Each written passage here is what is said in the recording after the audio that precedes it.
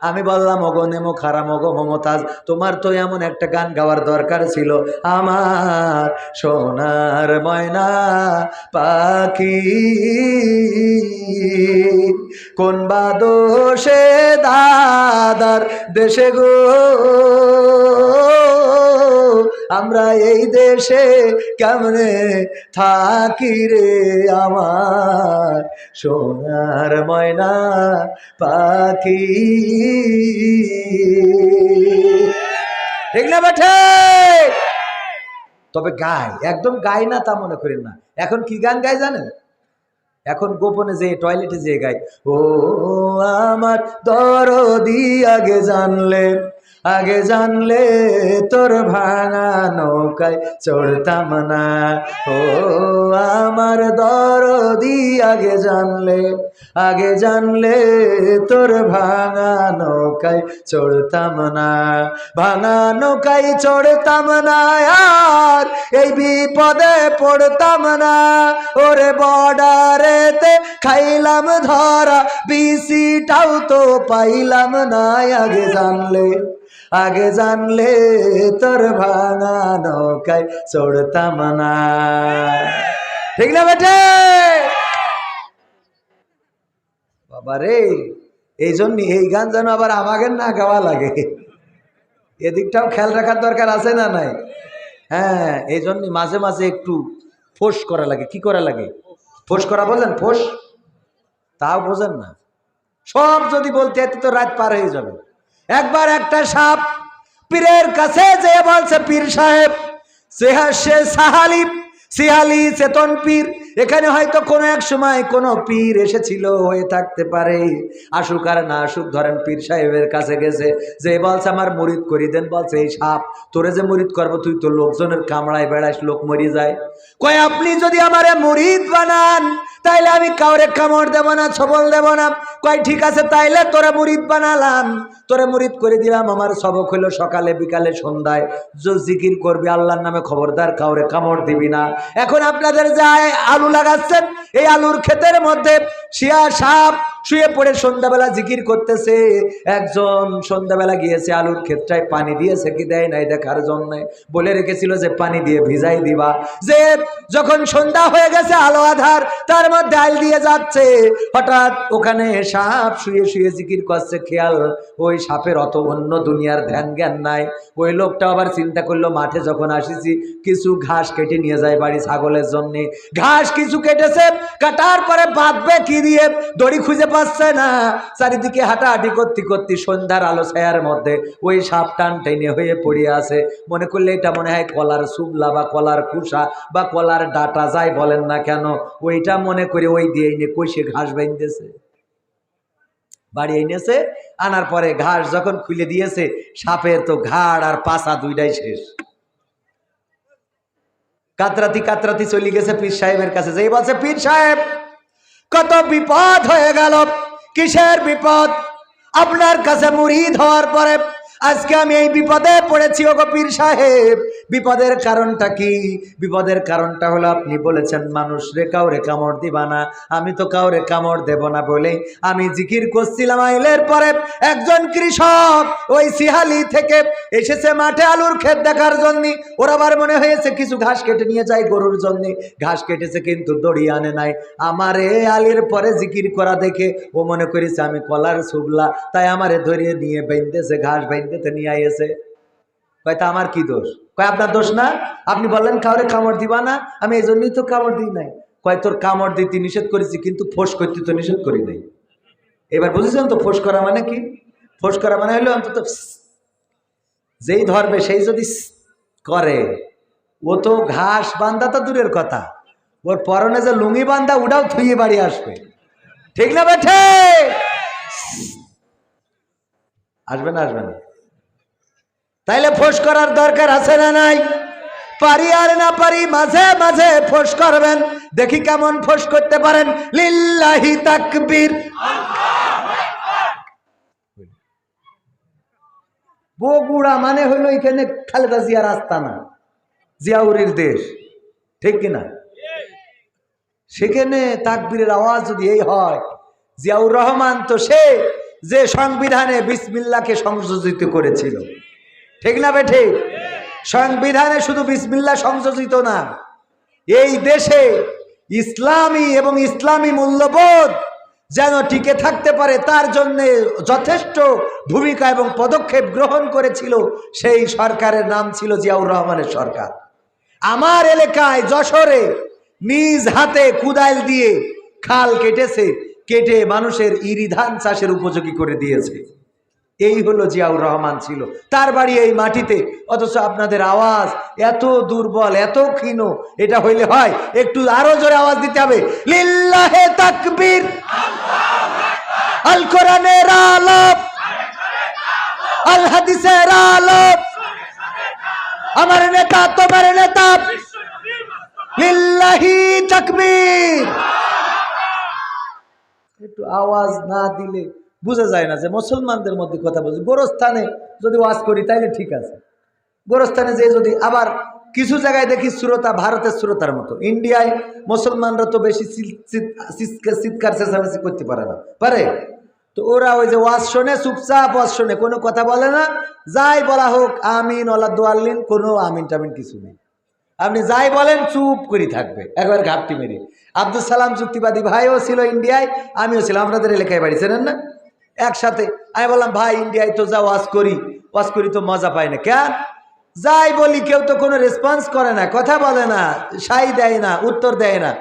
কয় ইন্ডিয়ার মুসলমানদের চিন্তা হলো টাকা খরচ করি বাংলাদেশ থেকে, হুজুর নিয়ে আসি কি আমরা কথা বলবো? তাই আমরা কথা বলবো কেন? হুজুর যা নিয়ে আসছি টাকা খরচ করি, ও নিজের মতো বইলেতে যাও। আব্দুল সালাম ভাই এক জায়গায় বলছে যে, এক জায়গায় বলেছি যে একটা মশান দিয়ে তাকবীর হবে। কি দিয়ে? মশান দিয়ে। মশান আপনি যদি বলে মশান দিয়ে একটা তাকবীর হবে। এক মুরব্বী দাঁড়ায় বলছে হুজুর এত তাকবীর দেওয়া লাগবে কেন? মানে সামনের পরে বলছে হুজুর এত তাকবীর দেওয়া লাগবে কেন? মানে ওরা তো আসলে কনভার্টেড মুসলমান, আমরাও কনভার্টেড, কিন্তু ওরা বেশি কনভার্টেড এবং ওখানে থেকে থেকে ওদের এই রেসপন্স করার মানসিকতা হারিয়ে ফেলেছে। আমরা তেমন হওয়া যাবে? মুসলমানে দ্বন্দ্ব করা চলবে না, সীসা ঢালা প্রাচীর হবে কখনো তা টলবে না।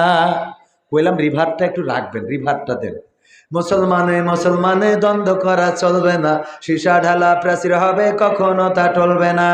তবেই শান্তি পাবে, অশান্তি দূর হবে, তবেই শান্তি পাবে, অশান্তি দূর হবে। কেউ আর মুসলমানের বাজে কথা বলবে না। মুসলমানে দ্বন্দ্ব করা চলবে না, সীসা ঢালা প্রাচীর হবে কখনো তা টলবে না। কে আওয়ামী, কে বিএনপি, কে জামাত ইসলাম, এটা আমাদের নয় পরিচয়, মুসলিম মোর নাম। কে আওয়ামী, কে বিএনপি, কে জামাত ইসলাম, এটা আমাদের নয় পরিচয়, মুসলিম মোর নাম। একথা মানলে পরে শান্তি আসবে ঘরে, একথা মানলে পরে শান্তি আসবে ঘরে। কেউ আর মুসলমানের বাজে কথা বলবে না। মুসলমানে দ্বন্দ্ব করা চলবে না, সীসা ঢালা প্রাচীর হবে কখনো তা টলবে না। মুসলমানে দ্বন্দ্ব করা চলবে না, সীসা ঢালা প্রাচীর হবে কখনো তা টলবে না। মাঝাবের লড়াই যদি চলে, শান্তি আসবে না রে ভাই কোনই কৌশলে। কৌমিয়া আলিয়ার মাঝে লড়াই যদি চলে, শান্তি আসবে না রে ভাই কোনই কৌশলে। ঐক্যবদ্ধ ভাবে থাকলে শান্তি পাবে, ঐক্যবদ্ধ ভাবে থাকলে শান্তি পাবে, এছাড়া শান্তি পাবার রাস্তা কবু মিলবে না। মিলবে? মুসলমানে দ্বন্দ্ব করা চলবে না, সীসা ঢালা প্রাচীর হবে কখনো তা টলবে না। মুসলমানে দ্বন্দ্ব করা চলবে না, সীসা ঢালা প্রাচীর হবে কখনো তা টলবে। টলা যাবে? সবাই একটু জিকির করেন, লা ইলাহা ইল্লাল্লাহ।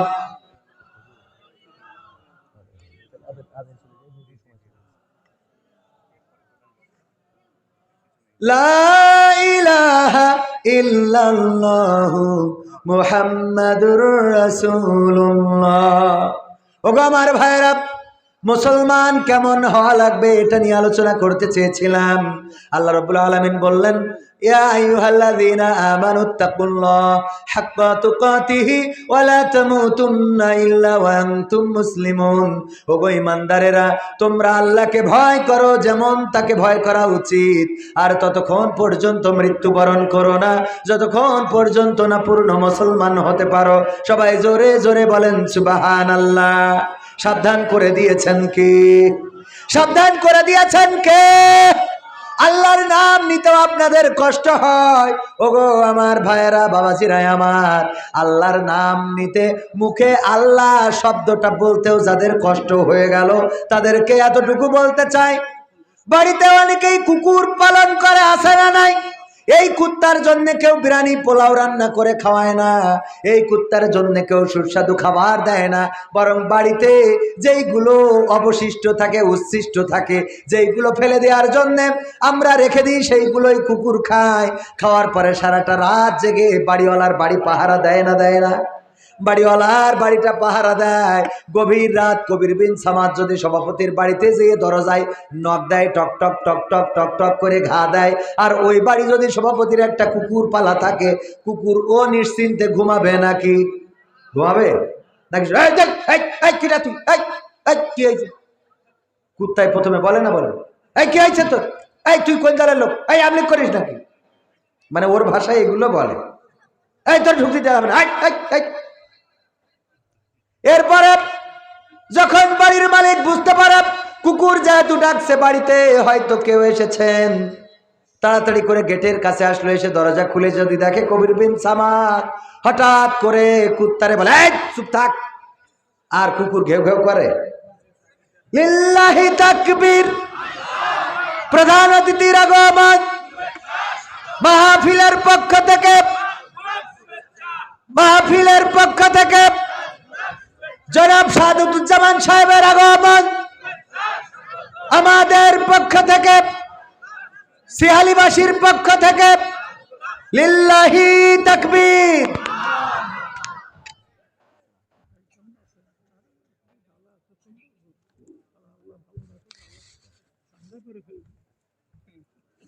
না, আপনার এলাকার মানুষ খুবই নরমাল, কারণ কি বুঝলাম না। আওয়াজ নেই, রেসপন্স নেই, কথা বলার ধৈর্য নেই, মানসিকতা নেই। ধৈর্য আছে, আপনাদের ধৈর্য আছে, কি আছে? ধৈর্য আছে, মানসিকতা কম, তবে সবাই না। আলহামদুলিল্লাহ, যারা এসেছেন সবাই ভালো মানুষ। আল্লাহ সবাইকে নিয়ে খেয়াল দিন, বলেন আমিন। আমি যে উদাহরণটা দিচ্ছিলাম, এটা বলে অতি সংক্ষেপে শেষ করে দেব। সেটা হলো, এই কুকুরটা দেখেন হাড় খাইলো, কিছু উচ্ছিষ্ট খাইলো, কিছু অখাদ্য খাইলো, আর এইগুলো খেয়ে সারাটা রাত সভাপতির বাড়ি পাহারা দেয়। কেউ যদি গেটে আসে, আগেই চিৎকার চেঁচামেচি করে শুরু করে দেয়, এই তুমি কে বলো আগে, তোমার পরিচয় কি, তোমার আইডি কার্ড দেখাও, এনআইডি আছে নাকি, স্মার্ট নাকি অ্যানালগ, এইগুলো দেখাবা, তারপরে ঢুকবা। এর মানে ওদের ভাষায় ওরা এইগুলোই বলে, আপনারা মানেন আর না মানেন। এরপরে মালিক যখন এসে দেখে আমার পরিচিত লোক, তখন মালিক যদি কুকুরের দিকে একটা ধমক দেয়, এই চুপ থাক, ওই কুত্তা বোঝে যে আমার রং নাম্বারে ডায়াল মারা হয়ে গেছে। তখন কুকুর কি করে? চলে যায় না, বরং মালিকের কাছে খালি দুইটা হাত জোর করে বলে, আমার ভুল হয়ে গেছে, আমার ভুল হয়ে গেছে। বলে না, বলে না, ভুল হয়ে গেছে, ভুল হয়ে গেছে, ভুল হয়ে গেছে, আমার ভুল হয়ে গেছে। যতক্ষণ পর্যন্ত মালিক করে ক্ষমা না করে, ততক্ষণ পর্যন্ত সে ওই লেজটা নাড়ে, আর সামনে যে খালি হাত পা এই যে মাটিতে ঘষবে, আর বলবে আমার বুঝতে, আমি বুঝতে পারিনি ও জামাত ইসলামের লোকটা, বুঝতে পারিনি, আমি আমলিক মনে করি এই করেছি। বলে না, বলে না, কথা কয় না।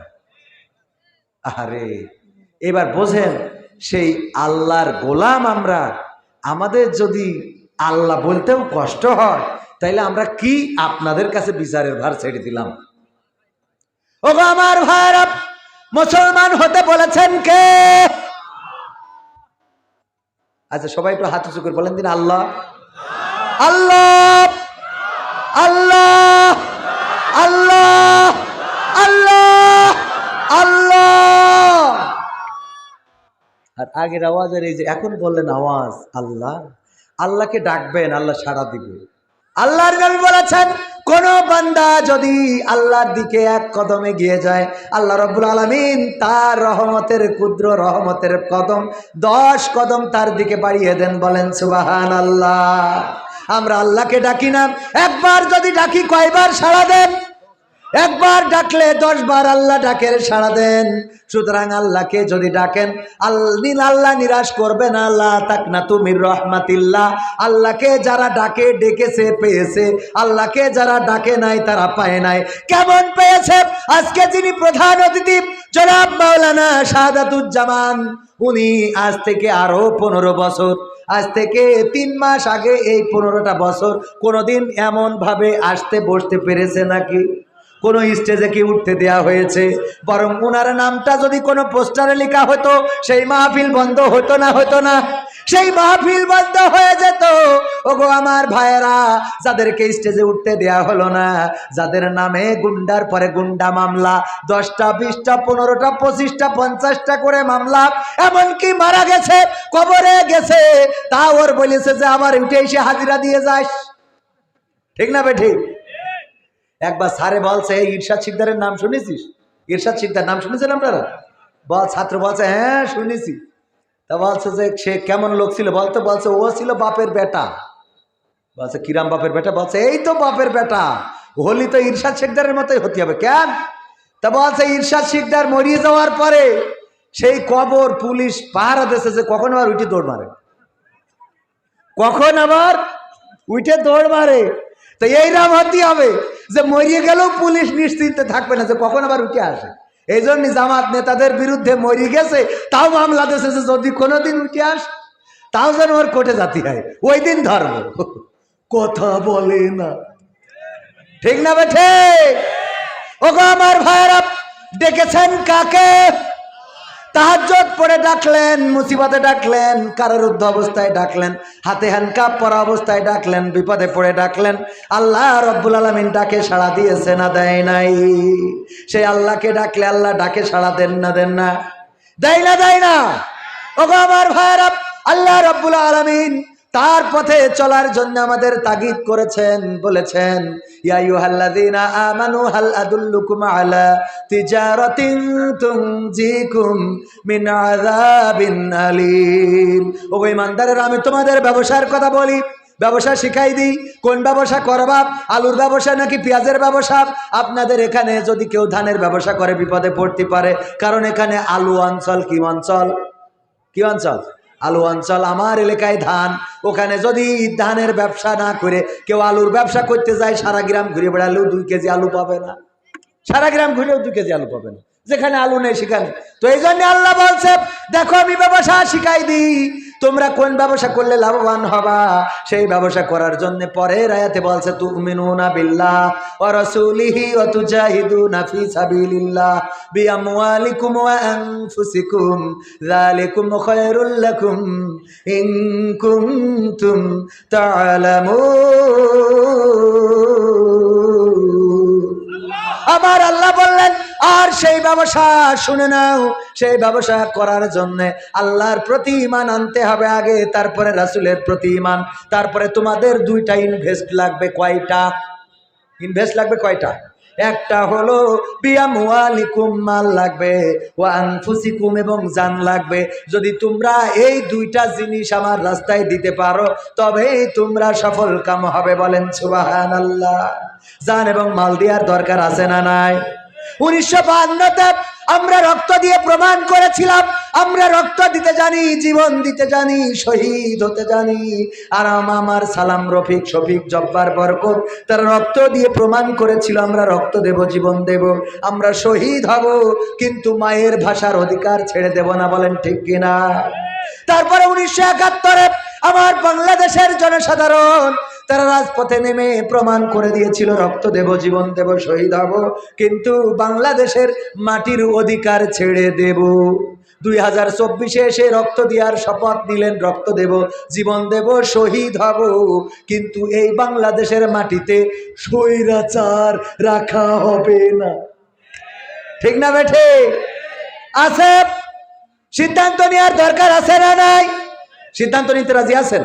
আগামীতে যদি রক্ত লাগে, জীবন লাগে, যদি শহীদ হতে হয়, রক্তের সাগরে যদি সাঁতার কাটতে হয়, সাঁতার কেটে কেটে একটি রক্তাক্ত বিপ্লবী কালেমার পতাকা বাংলার জমিনে উড়াতে রাজি কারা কারা? 2টি হাত দেখতে চায়।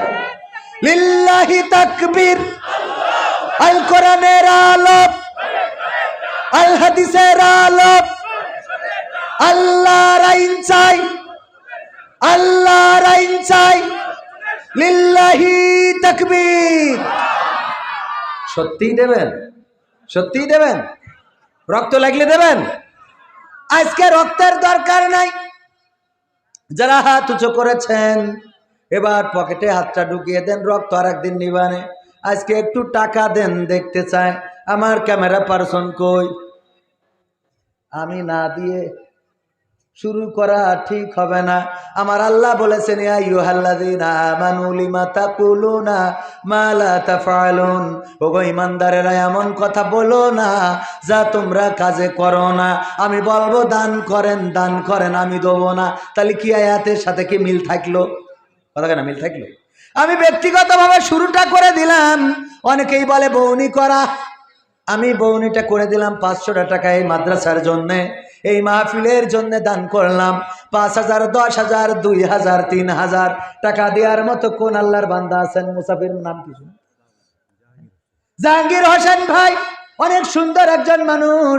কত সুন্দর মানুষটা 500 টাকার একখান নোট দান করলো। আল্লাহ দানকে কবুল করো। আমার চাচার নামটা শুনুন, সানোয়ার ভাতা 2000 টাকা বঙ্গবন্ধুর 2 কান কেড়ে নোট দান করলো। আল্লাহ কবুল করে নাও, নেক হায়াত দিয়ে দাও, মনের স্বপ্ন পুরা করো। আমার বাচ্চু মিয়া সিহালি মুরব্বী মানুষ, দাড়ি সাদা হয়ে গেছে। আল্লাহ তুমি আমার এই মুরব্বী জনকে নেক হায়াত দান করে দাও, বলেন আমিন। আপনজন যারা কবরে, কবরগুলো জান্নাতের বাগান বানাও, বলেন আমিন। তারপরে কোন আল্লাহর বান্দা আছেন? 2000, 5000, 10,000। আমি মুসাফির মানুষ, যশোরের মানুষ। আল্লাহর নবী সাল্লাল্লাহু আলাইহি ওয়াসাল্লাম বলেছেন 3 ব্যক্তির হাত ফিরিয়ে দেওয়া হয় না, তার মধ্যে অন্যতম একজন হলো মুসাফির। মাজলুম এবং সন্তানের জন্য পিতামাতার দোয়া কয়টা? 3টা। মুসাফির যখন দোয়া করে সেটা আল্লাহ ফিরান না, মাজলুম যখন দোয়া করে সেটা ফিরান না। আর সন্তানের জন্য পিতামাতা যদি দোয়া করে, অথবা পিতামাতার জন্য সন্তান যদি দোয়া করে, সেই দোয়া আল্লাহ রাব্বুল আলামিন ফিরিয়ে দেন না, বলেন সুবহানাল্লাহ। কে উঠে যাবেন না? প্রধান বক্তা আছেন, প্রধান অতিথি আছেন। ভাইরা আমার 500, 1000, 2000 টাকা নগদ অথবা বাকিতে এখানে আলু হয়, আলু 1 মণ দিবেন। আলু ভালো হইলে, আলু উঠলে 1 মণ আলু দিবেন। কোন আল্লাহর বান্দা আছেন 1 মণ আলু এই মাদ্রাসার জন্য দেওয়ার মতো? আলু আপনাদের এখানে আলু হয়, অনেক জায়গায় গেলে দেখি বিভিন্ন পেঁয়াজ, রসুন, আদা, যেই জায়গায় যা চাষ হয় দেয়। আছে তাড়াতাড়ি 500, 1000, 2000 টাকা দেওয়ার মতো নগদ অথবা বাকি কোন আল্লাহর বান্দা আছেন? খুব তাড়াতাড়ি প্রধান বক্তা চলে আসবেন, আমি সময় নেব না। আর মাত্র 10টা মিনিট, 9টা মিনিট আমার সময় আছে। 9 মিনিটের মধ্যে তাড়াতাড়ি করে আসেন। কে উঠে চলে যাবে? আবু বকর ছোট মানুষ, আল্লাহ 100 টাকা দিল। আল্লাহ দানকে কবুল করে নাও। আল্লাহ তার লেখাপড়ায় কামিয়াবি দান করে দাও। আইনুল নামের একজন বান্দা 100 টাকা দিল। আল্লাহ কবুল করো, মনের নেক মাকসাদ পুরা করে দাও। তারপরে কোন আল্লাহর বান্দা আছে? হ্যাঁ,